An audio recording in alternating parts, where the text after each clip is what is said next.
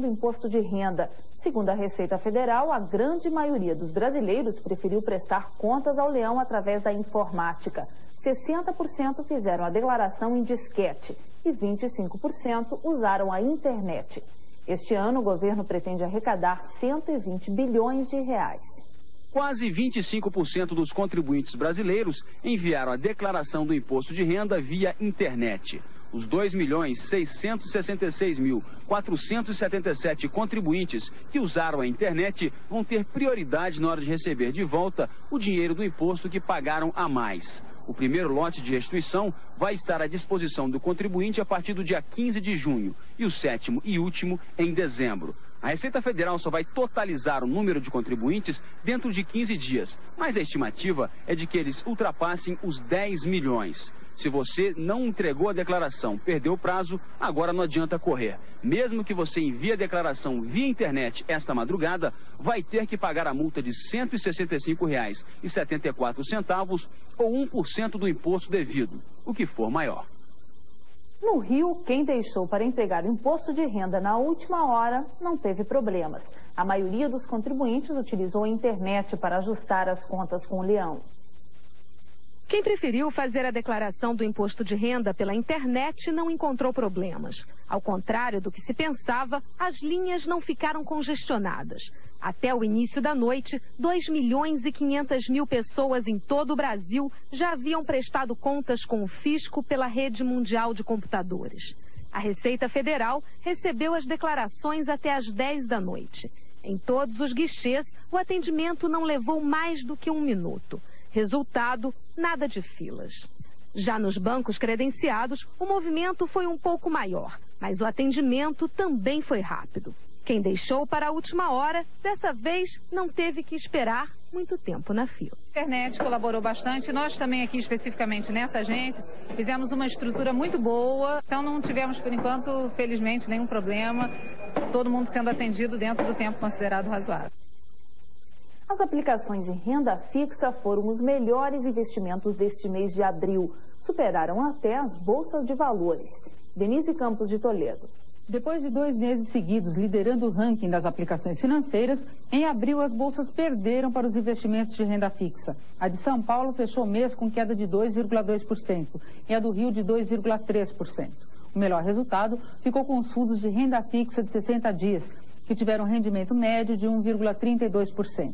As taxas dos CDBs até passaram um pouco disso, mas só para as grandes aplicações. Em maio, quem não quiser correr riscos maiores deve continuar com a renda fixa. O rendimento das diversas aplicações deve ficar bem próximo ao de abril.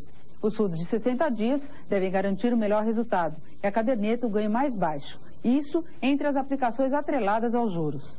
A expectativa de alta dos juros nos Estados Unidos, que poderia frear a queda das taxas básicas aqui no Brasil, e a crise asiática, principalmente a do Japão, podem trazer instabilidade para as bolsas de valores. O bairro de Laranjeiras, da zona sul do Rio de Janeiro, é novamente alvo de bandidos. Desta vez, eles assaltaram o posto bancário do Palácio Guanabara, sede do governo do estado. Em menos de 2 minutos, os assaltantes levaram cerca de R$60 mil. No início da noite, um homem negro bem vestido assaltou o posto pagador do Banerj no Palácio Guanabara e levou um malote com R$60 mil. O assaltante entrou na sede do governo do estado do Rio sem nenhuma resistência. Rendeu 2 funcionários que continuavam no banco com uma pistola e os algemou. As portas de entrada da agência e do cofre estavam abertas. Durante a noite, o movimento de entrada e saída da polícia dentro do palácio foi grande. O gabinete militar informou que em nenhum momento a segurança do governador foi ameaçada. A seguir, as comemorações do 50º de um país que nasceu de um sonho milenar. E a caminho da Copa, a gente desembarca numa cidade da França que revelou ao mundo o craque Michel Platini.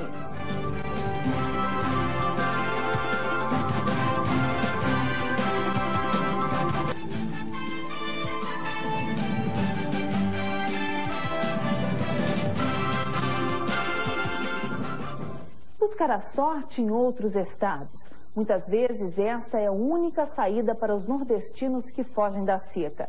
Mais de 2.000 pessoas desembarcam por dia no terminal rodoviário do Tietê, em São Paulo. O sonho da maioria é voltar para casa quando a seca terminar.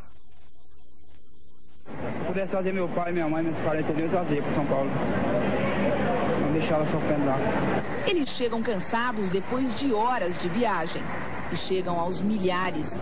Fogem da seca que atinge 70% dos municípios do Nordeste. São 1.209 cidades em estado crítico, segundo um levantamento do governo. Uma situação tão desoladora quanto conhecida.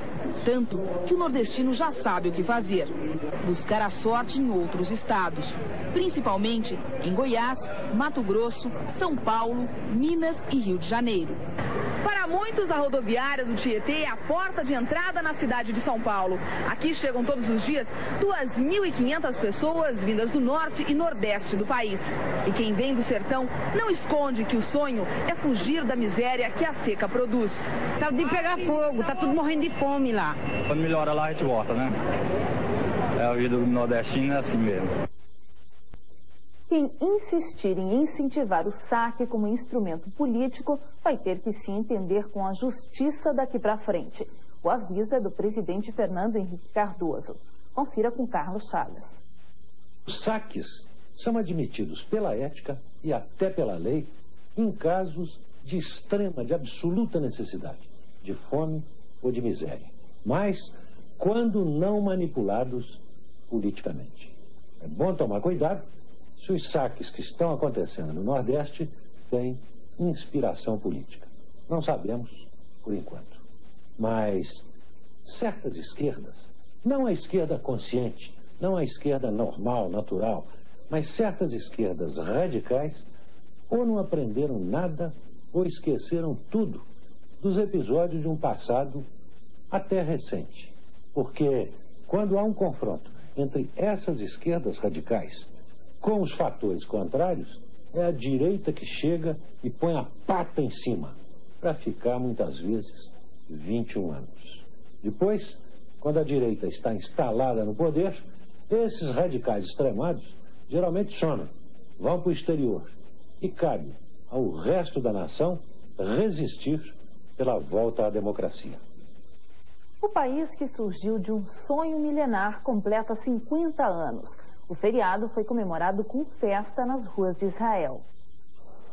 A cidade de Tel Aviv foi coberta de azul e branco para celebrar os 50 anos do Estado de Israel. Os aviões da Força Aérea Israelense pintaram o céu com a fumaça das cores oficiais do país. Navios da Marinha e paraquedistas exibiam a bandeira israelense. Muitas famílias aproveitaram um feriado para passear nos parques. O vice-presidente dos Estados Unidos, Al Gore, participou das festividades e lembrou a importância do processo de paz no Oriente Médio.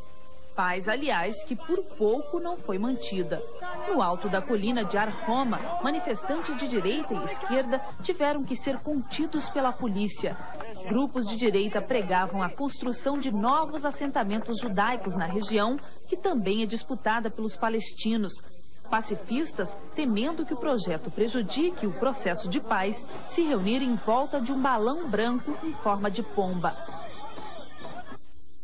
E o nosso correspondente, Uzias Burman, está em Jerusalém e dá os detalhes sobre as comemorações do aniversário de Israel. Aqui em Israel, o povo canta e dança pelas ruas comemorando os 50 anos de independência. Um povo com 3.800 anos de tradição que assiste ao jubileu do que foi a promessa divina ao patriarca Abrão, a terra de Canaã para os judeus. A população de Israel de hoje é uma coletânea de nacionalidades, unindo desde os imigrantes da Etiópia até os 750 mil imigrantes russos. Nesta que vai sendo a maior das festas do Estado judeu, falta apenas uma componente para completar a alegria dominante: a paz com os vizinhos árabes e o acordo definitivo com os palestinos. Este é o maior desejo da sociedade israelense, e enquanto aguarda pela paz completa, vai cantando pelas ruas uma melodia tradicional que diz: Am Israel Hai, o povo de Israel vive. Uzias Burman, de Jerusalém, para o Jornal da Manchete, edição da noite. Uma recepção no Rio comemorou hoje os 50 anos do Estado de Israel. O presidente da Associação Religiosa Israelita foi homenageado pela Câmara de Vereadores. O cônsul de Israel no Rio de Janeiro, Yoel Barnea, ofereceu uma recepção que reuniu autoridades, diplomatas e representantes de instituições judaicas. No discurso aos convidados, o cônsul destacou a importância de refletir sobre o passado e planejar o futuro. Para ele, o maior desafio para os próximos 50 anos vai ser a conquista da paz no Oriente Médio. Vamos a continuar trabalhando em prol dessa paz, já fizemos bastantes avanços nesse caminho e esperamos chegar a essa paz tão almejada para o bem-estar e a felicidade de Israel e de todos os povos da região. Israel tem muito para dar naquele paizinho que você em um dia atravessa de carro. Na Câmara de Vereadores, mais uma homenagem. O plenário lotou para a cerimônia de entrega da medalha Pedro Ernesto ao presidente da Associação Religiosa Israelita, Sami Goldstein. O prefeito do Rio, Luiz Paulo Conde, estava presente. O vereador Gerson Berger fez o discurso de abertura. Temos que pensar no futuro, continuar construindo Israel com a cultura, não com armas, não com guerra, com paz no Oriente Médio, que possa essa cultura servir a todos os povos da humanidade, a todas as religiões, que possamos nos encontrar todos irmanados e de mãos dadas, para que o mundo possa se desenvolver com amor entre todos os povos. As duas Coreias a caminho da unificação. O Zoológico de Londres ganha um novo morador. E um palácio inglês abre as portas em nome da moda. São as notícias do mundo nesta quinta-feira.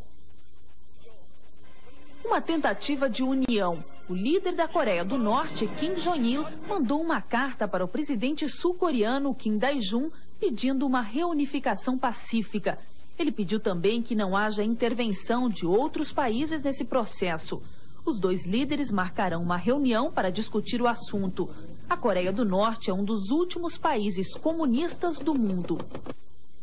Um nascimento muito especial. O Zoológico de Londres ganhou um presente. Este preguiçoso ursinho nasceu há 4 meses e só agora fez sua primeira aparição em público. Ainda sem nome, ele é uma espécie rara em extinção. Existem somente 1.400 ursos como esse no mundo. Pela primeira vez em 2 anos, o Palácio de Kensington, na Inglaterra, abre as portas para o público. Antiga residência da princesa Diana, o palácio foi reformado e terá uma exposição das roupas usadas pela realeza britânica. Entre elas, trajes da rainha Elizabeth II e da avó dela. O principal objetivo é mostrar o que os reis e rainhas usavam nos séculos passados. Um lugar no coração de Michel Platini. Faltando 41 dias para a Copa, a gente desembarca em Saint-Étienne, a cidade onde o craque francês começou a aparecer para o futebol mundial. É a manchete a caminho do Penta. Foi defendendo o time dessa cidade que Platini ganhou fama internacional. O jogador francês levou o Saint-Étienne a conquistar mais de uma vez o título de campeão nacional. Hoje, na 2ª divisão, o clube não esquece os tempos de glória e, por isso, tenta ajudar a cidade a fazer bonito durante o Mundial de 98. O estádio Cheikh Guichard, que tem capacidade para 36 mil pessoas, vai abrir as portas para a Copa no jogo entre a Iugoslávia e o Irã, no dia 14 de junho. Situada no Vale do Rhône, Saint-Étienne foi uma das pioneiras na expansão industrial francesa. O amor pelo moderno não esconde a admiração pela história. Centro de pesquisas na área de informática, Saint-Étienne não esconde as lembranças. A alma do passado está muito bem guardada em vários museus da cidade.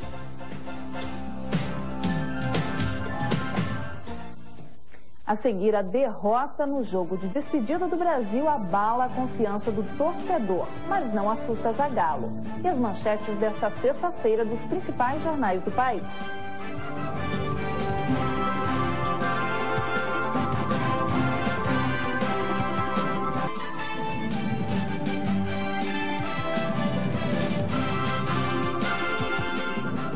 Depois do fracasso, a reflexão. O técnico Zagallo esteve hoje em nossos estúdios para explicar por que o Brasil decepcionou ontem no Maracanã.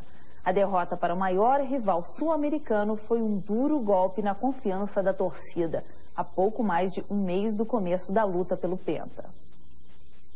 O jogo. Primeiro, é um jogo amistoso. Nós estamos longe de uma Copa do Mundo. E foi um jogo totalmente atípico, porque a seleção brasileira, de fato, não entrou em campo. Você não pode falar de nenhum jogador que tenha jogado bem. Houve erros técnicos, que é o fundamento mais importante, que é o passe, que nós não conseguíamos. Toda hora nós entregamos a bola para o adversário. A Argentina teve mais determinação. Eles vieram para o empate e acabaram conquistando uma vitória. Na mira. A cobrança é toda hora, a todo instante, porque o Brasil entrou em campo, tem que ganhar. Ontem, se tivesse terminado 0-0, ou se tivesse terminado 1-0, seria decepcionante da mesma maneira. A bronca. Depois eu não falei, porque o encontro foi no intervalo, né? Porque eu puxei pela moral, dizendo que a seleção não estava jogando absolutamente nada, que é um Maracanã lotado, querendo um bom jogo, e nós estamos devendo esse jogo, porque nós não entramos em campo. Meia culpa. Eu coloco a responsabilidade em cima de mim. A responsabilidade é do técnico. Nós temos uma comissão técnica, é evidente que nós conversamos, mas a responsabilidade é do treinador. Um feriadão de tempo ensolarado em quase todo o Brasil. Veja agora na previsão para esta sexta-feira.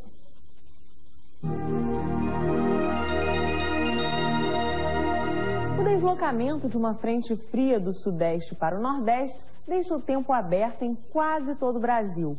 O céu passa de claro a nublado no nordeste e só a Bahia deve ter chuvas ocasionais. Na região sudeste, chove no começo do feriadão, mas o tempo melhora. Região sul, com temperaturas amenas e céu claro, mas nas serras é preciso cuidado com o nevoeiro. No norte, o calor forte provoca muita nebulosidade e chuvas no final da tarde. No centro-oeste, o tempo firma. A temperatura máxima chega a 29 graus no Rio de Janeiro e em Porto Alegre, 20 graus.